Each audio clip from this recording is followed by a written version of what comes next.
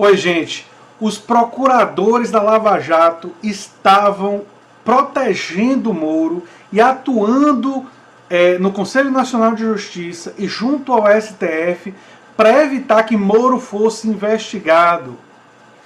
É isso que a Folha de São Paulo nos mostra com os novos vazamentos. Ou seja, os promotores, não só o juiz estava ao lado dos promotores, como os promotores estavam ativamente protegendo o juiz Sérgio Moro.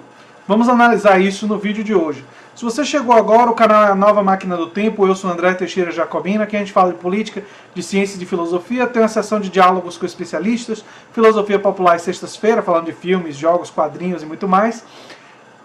Se você gosta do que eu faço, se inscreva no canal, dê um like, compartilhe, quem sabe se torne nosso apoiador, num comentário fixo, no início dos comentários tem o link do nosso Apoia-se, e se inscreva também no nosso Instagram, no nosso Twitter, no nosso Facebook, nas nossas outras redes sociais, porque todas as redes estão lá nesse comentário fixado. Elas sempre estiveram lá, mas agora eu estou avisando vocês que elas estão lá e a maioria dessas redes são administradas por minha esposa, Débora Meirelles. Vocês vão, se vocês se inscreverem, vocês vão ter atualizações do canal por lá também. Então seria bem legal se vocês se inscrevessem lá. Bem, conversas indicam que Deltan discutiu com o então juiz medidas para evitar desgaste por divulgação de planilha com políticos. Olha só a história. Procuradores na linha de frente da Operação Lava Jato se articulam para proteger Sérgio Moro e evitar que tensões entre ele e o Supremo Tribunal Federal paralisassem as investigações num momento crítico para a Força Tarefa em 2016, segundo mensagens privadas enviadas por uma fonte anônima ao Intercept Brasil e analisadas tanto pela Folha de São Paulo como pelo site. Por que não divulgar tudo de uma vez? Porque isso tem que ser analisado, para ver se não está se divulgando uma informação pessoal, alguma coisa que não... O trabalho do jornalismo é se debruçar sobre essas fontes e ver o que pode ser publicado e fazer uma análise desse material, não é? O objetivo dessas conversas entre os procuradores de Moro era evitar que a divulgação de papéis encontrados pela Polícia Federal na casa de um executivo da Odebrecht acirrasse o confronto com o STF ao expor indevidamente dezenas de políticos que tinham direito a foro especial e que só podiam ser investigados com autorização da Corte. Ou seja, certos políticos, o político que está exercendo o mandato, ele só pode ser investigado com autorização do STF. O episódio deixou Moro contrariado por criar novo foco de atrito com o Supremo, um dia depois dele ser repreendido pelo tribunal por causa da divulgação das escutas telefônicas que tiveram o ex-presidente Luiz Inácio Lula da Silva como alvo naquele ano. As mensagens indicam que os procuradores e o então juiz temiam que o ministro Teófilo Zakarsky, relator da Lava Jato no STF, desmembrasse os inquéritos que estavam sob o controle de Moro em Curitiba e os esvaziasse no momento em que as investigações sobre Odebrecht avançavam rapidamente. Os diálogos sugerem que o incidente foi causado por um descuido da Polícia Federal no dia 22 de março de 2016, quando ela anexou os documentos da Odebrecht aos autos de um processo da Lava Jato sem preservar seu sigilo, o que permitiu a divulgação do material por um blog mantido pelo jornalista Fernando Rodrigues na época. Assim que soube, no dia seguinte, Moro escreveu ao procurador Deltan Dallagnol, chefe da Força Tarefa da Lava Jato em Curitiba, para reclamar da polícia e avisar que acabara de impor sigilo aos papéis. Tremenda bola nas costas da PF, e vai parecer afronta, acrescentou referente à reação que esperava do Supremo. Moro avisou que teria de enviar ao tribunal pelo menos um dos inquéritos em andamento em Curitiba, que tinha o marqueteiro petista João Santana como alvo. Deltan disse ter contratado a Procuradoria-Geral da República e sugeriu que o juiz enviasse outro inquérito com foco na Odebrecht. Horas depois, o procurador escreveu novamente a Moro para discutir a situação e sugeriu que não tinha havido má-fé na divulgação dos papéis pela Polícia Federal. Continua sendo lambança, respondeu o juiz no Telegram. Ou seja, dando dura nos investigadores. Ele era tanto chefe que até dura ele dava. Olha o que o Moro disse, não pode cometer esse tipo de erro agora. Ou seja, a situação é grave e não pode cometer esse tipo de erro, né? Deltan procurou então encorajar Moro e lhe prometeu apoio incondicional. Olha que loucura! O promotor declarou um apoio assim nojentamente bajulando e, enfim, não sei, não quero nem usar a palavra que veio à minha mente aqui, mas vocês sabem qual foi. Não é? Vocês conseguem imaginar que tipo de bajulação ele estava fazendo, né? Mas olha só o que o Dalton disse. Saiba não só que a imensa maioria da sociedade está com você, mas que nós faremos tudo o que for necessário para defender você de injustas acusações. Ou seja, o promotor estava se comprometendo com o juiz que iria atuar junto aos órgãos de fiscalização do juiz para impedir que o juiz fosse punido por subversão da lei ou por abuso de autoridade. Qualquer coisa que o juiz supostamente tenha feito de errado, o Deltan se comprometeu a ajudar. O Moro tinha condições de ser minimamente imparcial num caso em que o amigo dele, o promotor, estava atuando para proteger ele de uma investigação? Imagine, pense um pouco sobre isso. Né? Mas vamos lá. Deltan procurou então encorajar Moro, ele prometeu. Já falei isso. Aí vamos lá. Moro disse que temia pressões para que sua atuação fosse examinada pelo Conselho Nacional de Justiça e comunicou que mandaria para o Supremo os 3 principais processos que envolviam a Odebrecht, inclusive os que a Força Tarefa tinha sugerido manter em Curitiba, ou seja, atendendo em parte a demanda do Deltan. É interessante que o Moro ele estava com receio da investigação do Conselho Nacional de Justiça, porque, como mostrou Gregório do Vivier no Greg News recente, Moro tem um histórico pregresso, antes da Lava Jato, já do caso do Banestado e outros, de atropelar a justiça em nome de seus objetivos.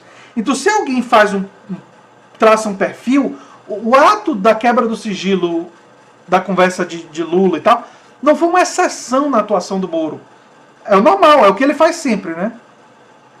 Deltan prometeu ao juiz que falaria com... Aí vem a coisa mais complicada.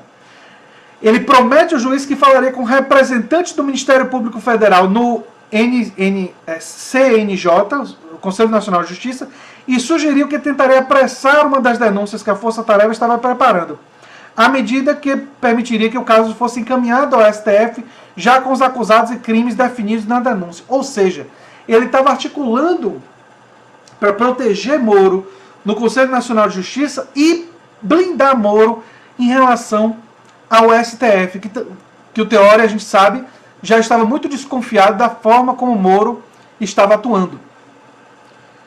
Complicado, viu, gente?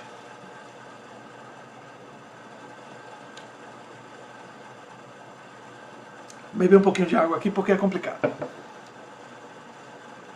Ou seja, a promotoria estava atuando para proteger o juiz dos casos de investigações em torno da sua ética, do seu cumprimento das leis. Estava atuando para garantir que ele não fosse em nenhum momento afastado do caso. Por que Deltan estava tão preocupado com um possível afastamento do Moro? Será que um outro juiz que não estivesse comprometido com a operação talvez não desse todas as sentenças que ele queria? Será que em alguns casos, não em todos, obviamente, mas em alguns casos o juiz poderia dizer, que um juiz que talvez não tivesse ele no Telegram ou no WhatsApp, né, poderia dizer, olha, aqui são provas insuficientes em relação aos casos X, Y e Z. Nesses aqui tem provas boas, nesses aqui não. Porque do jeito que a coisa estava configurada, parece que Moro diria exatamente o que o Deltan queria que ele dissesse. Porque eles estavam atuando em parceria. E esse não é o papel de um juiz. Teve gente que conversando comigo que disse que o juiz era estava na força-tarefa. Ele estava extraoficialmente, porque oficialmente ele não estava. E ele não poderia estar oficialmente como parte da força-tarefa. É contra nossas leis estar. Chegou-se ao ponto das pessoas dizerem para mim, em debates, em conversas, assim, não, ele fazia parte da força-tarefa. Como se isso fosse oficial. Quer dizer, parece uma coisa assim, você entrou além da imaginação, no Twilight Zone, sei lá. A era da pós-verdade é um negócio tão grande na cabeça das pessoas que as pessoas têm esse delírio. Não, Moro oficialmente tinha que ser o que ele, Moro, disse, que era cultivar a postura reativa, passiva, distante da promotoria e da defesa. Imagine se a gente descobre que tinha um juiz, num caso de corrupção, conversando com a defesa para poder absolver o acusado. A gente ia achar isso normal? Acho que não, né? Acho que a gente ia cair matando em cima do juiz. Então o contrário também é errado. Porque o juiz é aquele que tem que tentar ser imparcial. Parece que eu estou dizendo o beabá. É o óbvio. É o óbvio lulante, gente. É uma coisa assim. É muito óbvia isso. E se esse não é o normal do nosso judiciário está doente. Se o nosso normal é haver esse tipo de comunicação, o nosso judiciário está doente. E eu já vi vários advogados e juristas dizendo, não tem o celular, não entre em comunicação com o juiz do caso, não tenham esse tipo de coisa. Acho essa postura completamente equivocada. Nem sei se em todos os casos eles estão dizendo a verdade, não sei. Mas claramente eles não estão dispostos a comprar a ideia de que esse é o nosso judiciário. Porque se for, esse é um país sem lei. Não tem lei. Tem poder. E eles, ao buscar a aprovação da opinião pública e estar preocupados em se blindar com relação a outras autoridades, mostram que eles estavam num jogo de poder. Não era um jogo de justiça. Era um jogo de poder. E parece cada vez mais claro que esse é o jogo que se joga no Brasil. A gente estava vendo o Jogo dos Tronos e achando que Game of Thrones tinha uma disputa assim dura pelo poder, porque tem toda a coisa da violência e tal, mas nos diálogos Game of Thrones é fichinha perto da disputa de poder aqui no Brasil. Não tem nem como comparar. É fichinha. Enfim, gente, se você gosta do que eu faço, se inscreva no canal, dê um like, compartilhe, considere se tornar um apoiador e se inscreva também nas nossas outras redes sociais, no Instagram, no Facebook, no Twitter, enfim. Dê uma olhadinha nas outras nossas redes, tá certo? Um abração, tchau, tchau.